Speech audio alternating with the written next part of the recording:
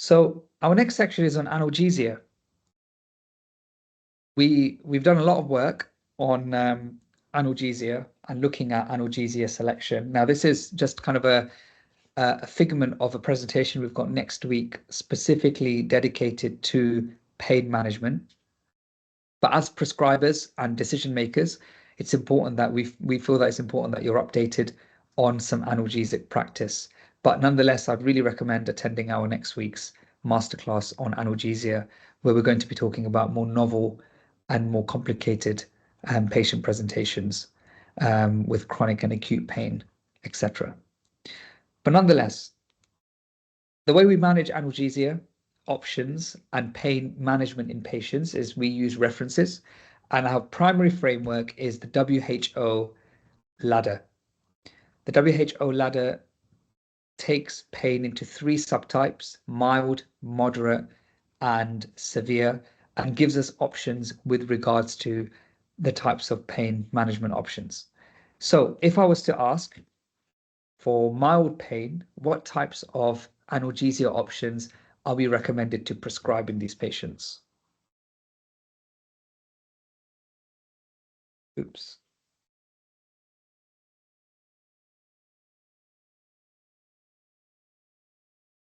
So a patient with mild pain, maybe they've got some mechanical wrist pain, what would you recommend?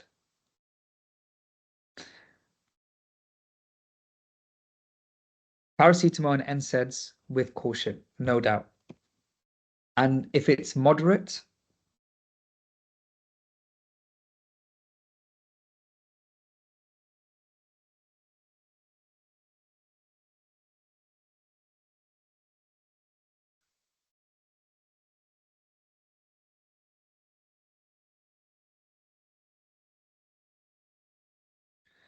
weak opioid, yeah, weak opioid, kind of a non-opioid, tramadol, codeine, etc. So, okay, I'm going to come back to Entonox in a second, actually. And then severe, if we've got a patient with severe pain, what would we prescribe?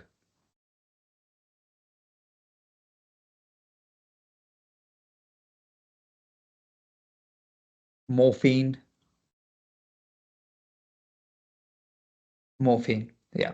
So fentanyl, morphine, but you would also remember it's very much kind of cumulative. So all of the options below would also apply. So if you're prescribing for moderate pain, you would also include those options that are available for mild pain as well.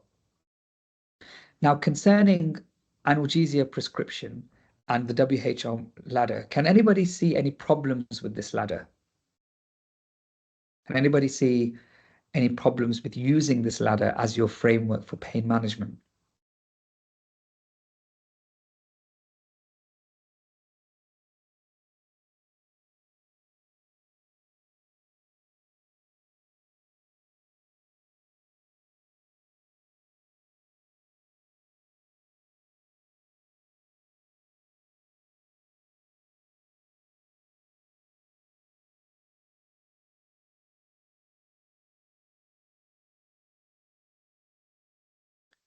So what does this ladder perhaps not take into account? It's probably what I'm trying to ask. Yes, so it's very opioid focused. I would definitely agree. It's very opioid focused. Not clear for breakthrough pain, acute pain, or chronic pain. Yeah. What other type of pain does it not necessarily cater for?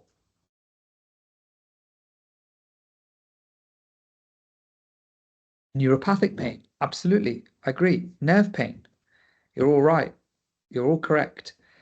So the problem with this ladder, I mean, the good thing about this ladder is that, it gives a framework. It gives a framework, especially to those who are new to prescribing and even making decisions about pain management. And it allows you well, it gives you a reference by which you can actually make these quite difficult choices.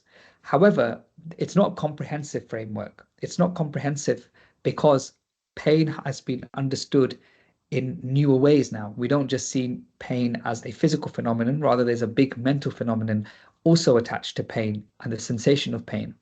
As a result of that, the ladder actually kind of lacks with regards to dealing with pain in a comprehensive manner. So we're going to try and explore some of those themes in this section of the presentation before we go for a short break.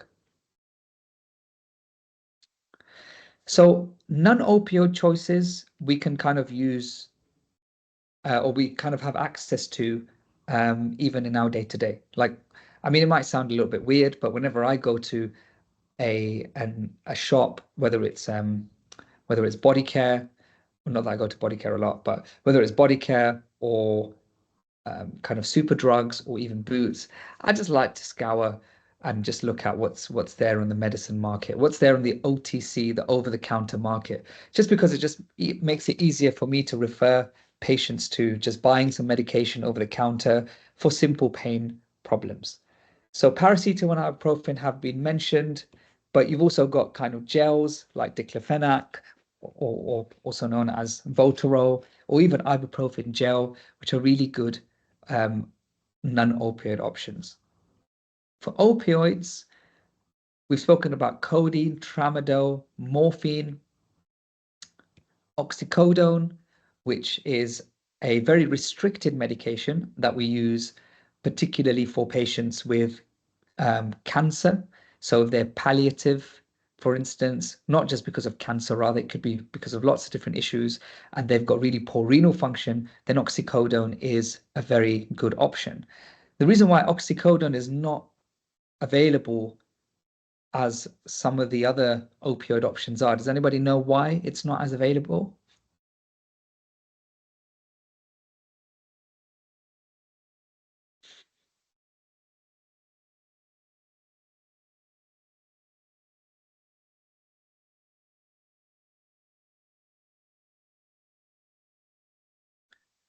So oxycodone is not as widely available because of its huge addictive potential.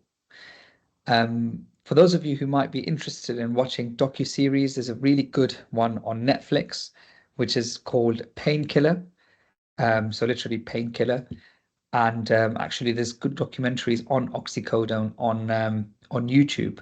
But the story was that there was a company in America known as Purdue Pharmacy, and they were one of the first to produce modified release morphine, which of course can only be obtained via prescription and had to be justified quite significantly for it to be prescribed. So it was like a controlled drug, and ultimately, this pharmaceutical company were not making great profits, so they decided to try and make something else. The idea behind making oxycodone was to make something as strong as morphine, but as easily accessible as paracetamol. That was literally the proverb that was used to describe the model and the vision behind oxycodone. So they created this medication, and of course, like good pharmaceutical companies do, I mean that in a sarcastic way, they have an entire advertising campaign behind oxycodone. So they approached a number of different practitioners, clinics, primary care, hospitals, etc., enticing these individuals and organizations with huge payouts and huge, financial incentives, so that they choose and prescribe oxycodone over any other analgesic option. In the end, it was really sad because lots of people lost their lives. Lots of people went into a cycle of addiction, and really it set the trend behind how we prescribe codeine. At the end of that, there was actually a contingent of people and their families that launched a huge case against Purdue Pharmacy and the Purdue Pharmaceutical Company. But the long and short of it is that nothing happened, which is the saddest thing about it. Many people's lives and families were completely ruined, but nothing happened to Purdue despite the false advertising and even some of the corruption scandals that happened during their campaign to get it mainstream. So this is why we're very, very cautious about codeine. So codeine does not have the same addictive potential as oxycodone, but because oxycodone has set the standard for how bad addiction can get when prescribing opioids, we have severely, rightly so, restricted our prescription of codeine. And that's why if you are in a practice, for example, and you've got repeated requests for codeine or cocodamol, then, I would always suggest not prescribing something like that and actually asking the patient or the reception staff to book an appointment with the patient. And the same thing happens in accident emergency departments. Um, and addiction is a real thing, and we need to be very, very, very cautious about it. By all means, if you have any other stories or anecdotes about prescribing pain relief in scenarios, then please do share them. It would be very, very nice to know some of your experiences too.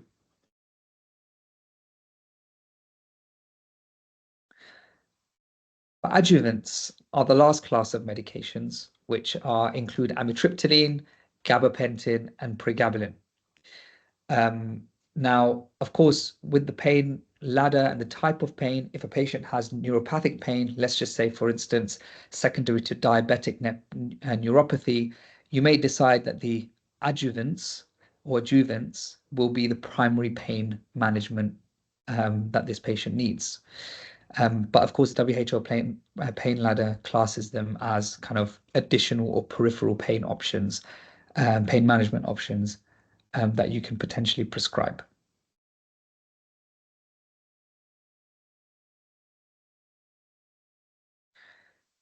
So in terms of the actual management of pain, identifying the type of pain and also prescribing the correct pain relief or analgesic option for these patients, this is our small toolkit. It's not it's not non-exhaustive. It can always be worked on more, but this is what we found as important points from all of the guidance that's come out concerning pain management today. So, as we said, whilst it's not comprehensive and there are some gaps, we would still say following the WHO pain ladder is really important. And that's split into mild, moderate, and severe pain. Working out, of course, where the patient lies. And you can do this using pain scales, um, asking the right questions, looking at functionality and the impact of the patient's pain on their lives, and then deciding which option is best suited for the patient. Of course, the pain ladder will probably need to be put to a side when you're put into emergency situations. So a patient, for instance, who's got or who has had a neck of femur fracture, it wouldn't be appropriate for you to give them paracetamol and an NSAID to manage their neck of femur fracture. Rather, these patients will need to go straight from the highest pain levels of severe pain, and they're given opioids like fentanyl, opioids, and even Entonox. So Entonox is actually classed as a severe pain option.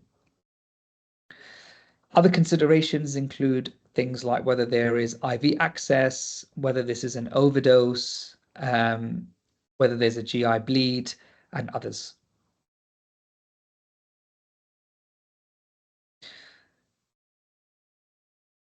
Yeah. Of course, your pain management option also needs to be specific to the diagnosis.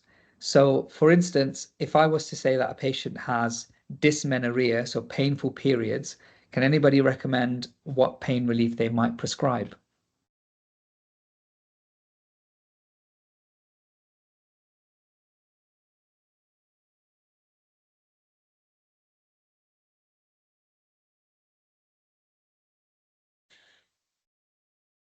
For painful periods?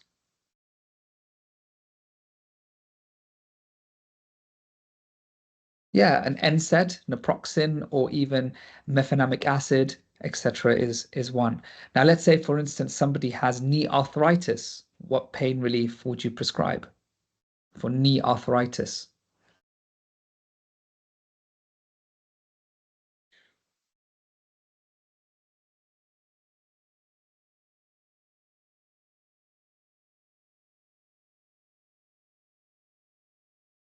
Naproxen, yeah. But you could prescribe naproxen, but let's just say it's mild to moderate knee arthritis. What other ways what other medication options do you have? Same if kidney function is okay. Yeah, an ibuprofen gel, for instance. So the severity of pain and the diagnosis is really important. Let's say somebody has had long-term back pain. Which class of analgesia would you avoid prescribing in these patients?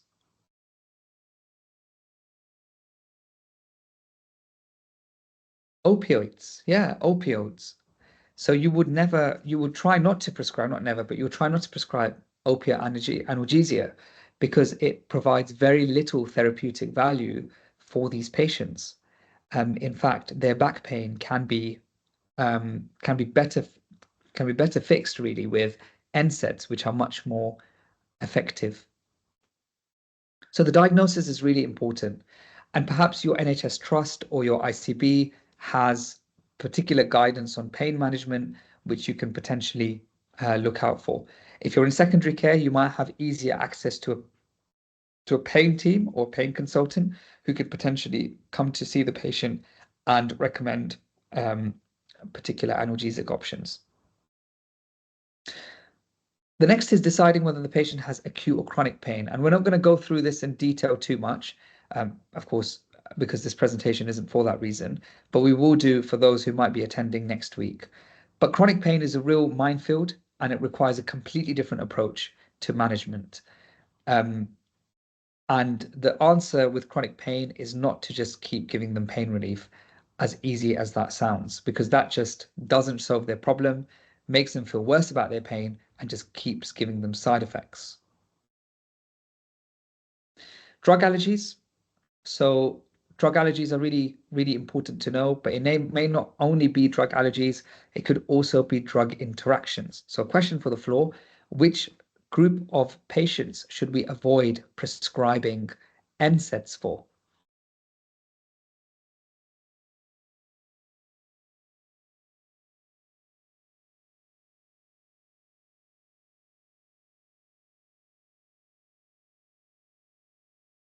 Yeah, GI bleed, ulcers, asthma is one, patients with GORD, absolutely. So we should be really, really careful about prescribing medications, especially in patients that may not necessarily be able to take them. In other words, those patients who have contraindications to them.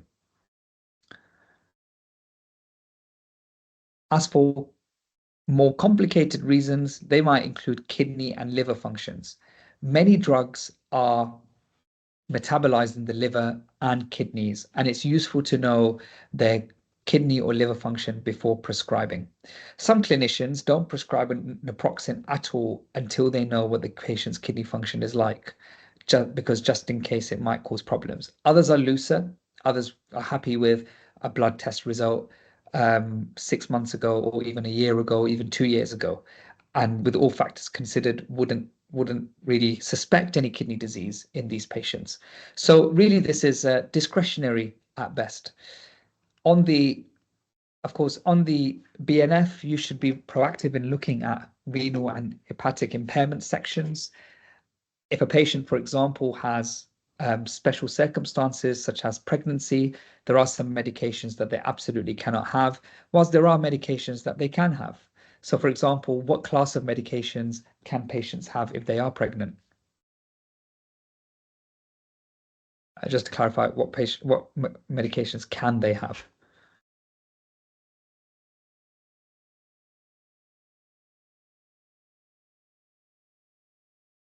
Yeah, they can have paracetamol. Yeah,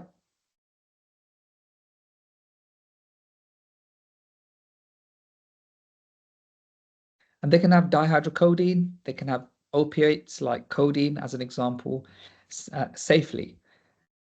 Yeah, they can have dihydrocodeine regardless of trimester, actually, regardless of trimester.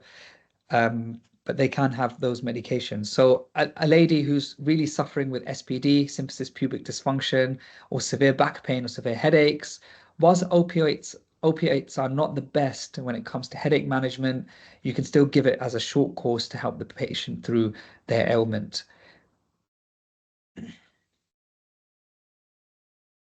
Interactions with other medication.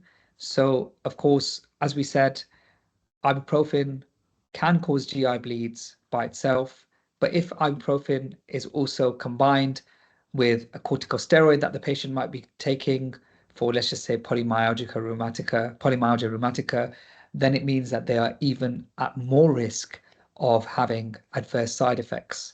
So we need to be able to balance the therapeutic effect with the interactions and the potential impact that these medications could have on the patient.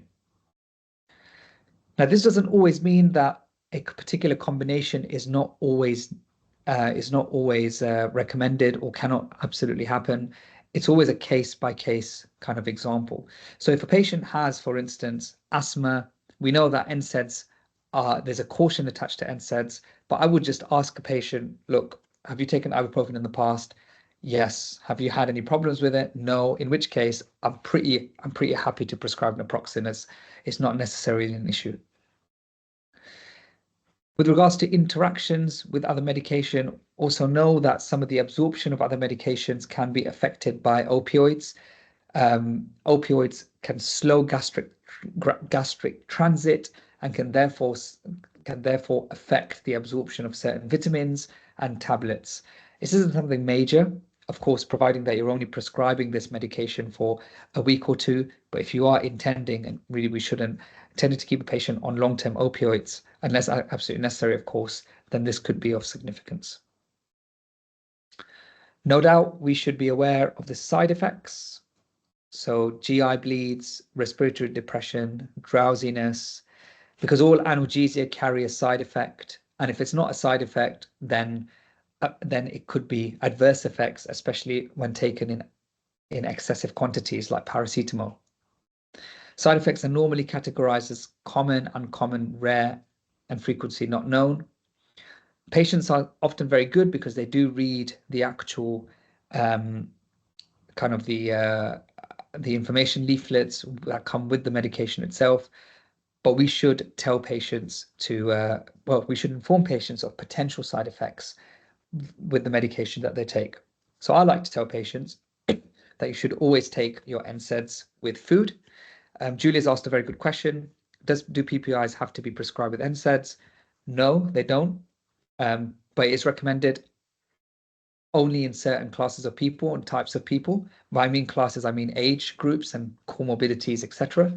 So it's a judgment call. If you've got somebody who's 20 years old with a muscle injury, then I would after asking him or her whether they get heartburn, I would recommend them having an NSAID with food, but not necessarily needing lansoprazole or meprazole or pantoprazole. While somebody who's, let's just say 50 or 60, has lived through life eating spicy food, for example, then I think some lansoprazole will probably be justified. I hope that answers your question, Julia.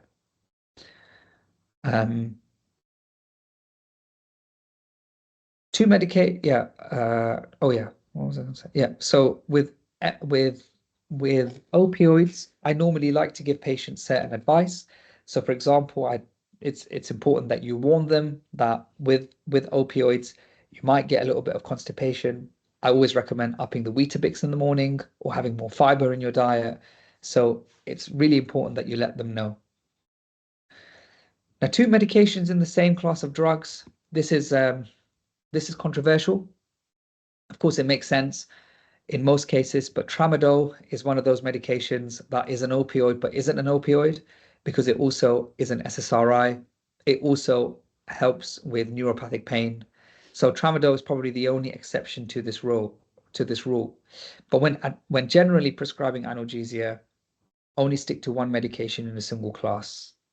It's better that you maximize the dose of medication. So you might go from naproxen 250 to naproxen 500 milligrams, as opposed to going naproxen and ibuprofen together. They work in exactly the same way, and actually they may not have the same effect.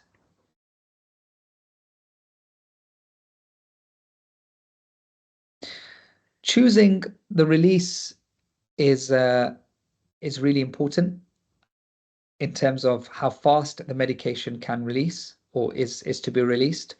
You can either get immediate release medication or modified release medication. And this largely depends on the patient profile and the type of pain that you're dealing with. A patient who is at the end of life, palliative care will require modified release medications because it's not fair for them to continuously ask for medication or require medication, because comfort is the most important thing. So these patients may be given continuous subcut injections, such as via a syringe driver.